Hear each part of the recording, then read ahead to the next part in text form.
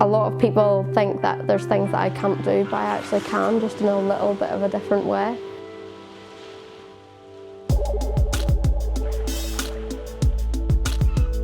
Apart from walking, I don't think there's much different between you and I.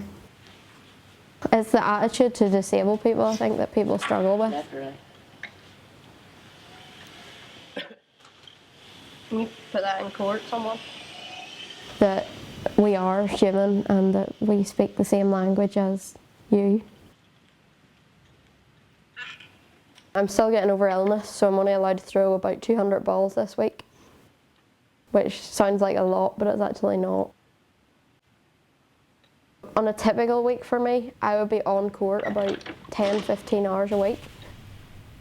There's 15 of us on the squad, and basically it's like an extended family now. We spend so much time together, it's basically like having brothers and sisters.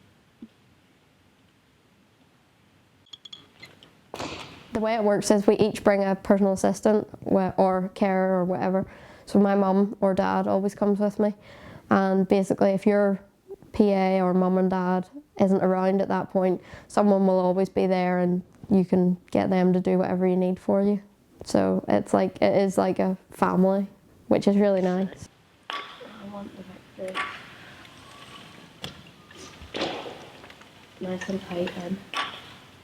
Boccia is a sport played by the most severely disabled athletes. It was created and introduced as a Paralympic sport in 1984. And it basically means that anybody with a disability can get involved in the Paralympics and compete at a world-class level.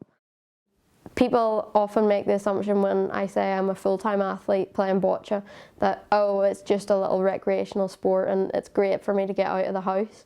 When in fact, if they looked at my schedule and if they looked at the fact that I have to employ someone to help me do all of this stuff, then they would realise that it's not just a recreational sport, it's now my job.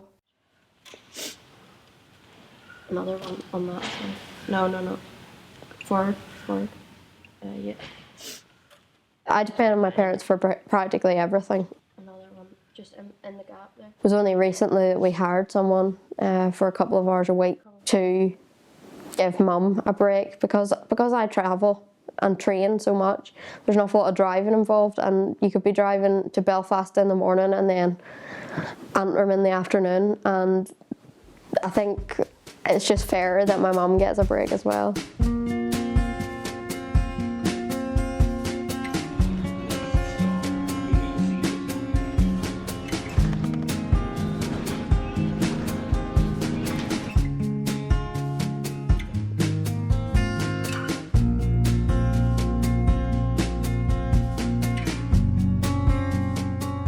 Claire came into the squad with very little background in sport at all, and particularly in boccia.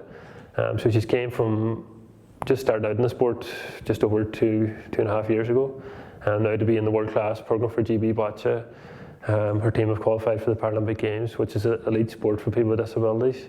And she's doing really, really well. Like her life's completely transformed. She's a full-time athlete now. She goes over to England to train twice a month. She's training basically every day here in Northern Ireland as well. So she's gone from participation in recreational sport, just really doing it for the enjoyment, to going into serious sport where it's based on gold medals at Paralympic level, which is the highest level of sport you can go to for disabilities. Look at me rebelling with no top button then. I couldn't have been your last. You're not wearing your prefix badge. Claire, as you know, didn't have a disability when she was younger, so it's an acquired disability Claire has, which is really difficult to deal with psychologically for her as well as her parents as well. But to see how sport has really helped her, and for me to be part of that in a small way to kind of progress her through and help her along that path is really, really rewarding. But I look, I see him even there. Do I look any different? Apart from being fatter. I was always stumbling, something was always broken. I was always in cast somewhere. And then once I torn my right Achilles, I then fell down the stairs in school and tore my left Achilles. So when I first went to see my first consultant about the Achilles, he was like, there's something going on in your brain, you can't just be this clumsy. It wasn't until my left leg went numb, about 2 years after it all started, that I was admitted to the Royal in Belfast. If I didn't have this disability, then I would probably be at uni, finishing uni this year actually. I might not have been happy, and I can't always say that I'm always happy being in a chair, because it's impossible to say that. No one's ever 100% happy. But without being in a chair, I wouldn't have had the sporting opportunities that I have. That was the first time I met Snow Patrol. How random, I'm still able-bodied. Some people would say that if you were disabled from birth, you can't really miss what you've never had. But then you're always going to have that longing to run or do whatever. Whereas I've had that experience, and now, although I'm disabled, and I'm not afraid to admit it, because that's what I am, that I've had the experience of walking, running and stuff, and without that, I wouldn't have learnt to do whatever I've done in my life. Sit at peace.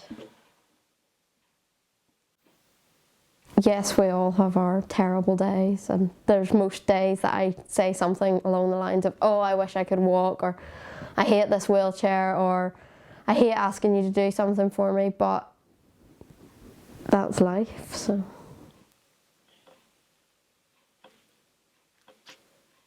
Don't snatch. That's rude. In all of my dreams, I'm able-bodied. It's weird. It's very strange. I haven't had a dream yet where I'm disabled. It's really tough. I'm not gonna lie. It is very tough. It's not the fact that she's a GB player now that really gives me the most satisfaction. It's the fact that she's grown into, like a really good young person who's a role model for a lot of kids in our local area, but also throughout the country. So the focus after Rio, it'll be a couple of months and then straight back to work, working on getting to the Paralympics in Tokyo.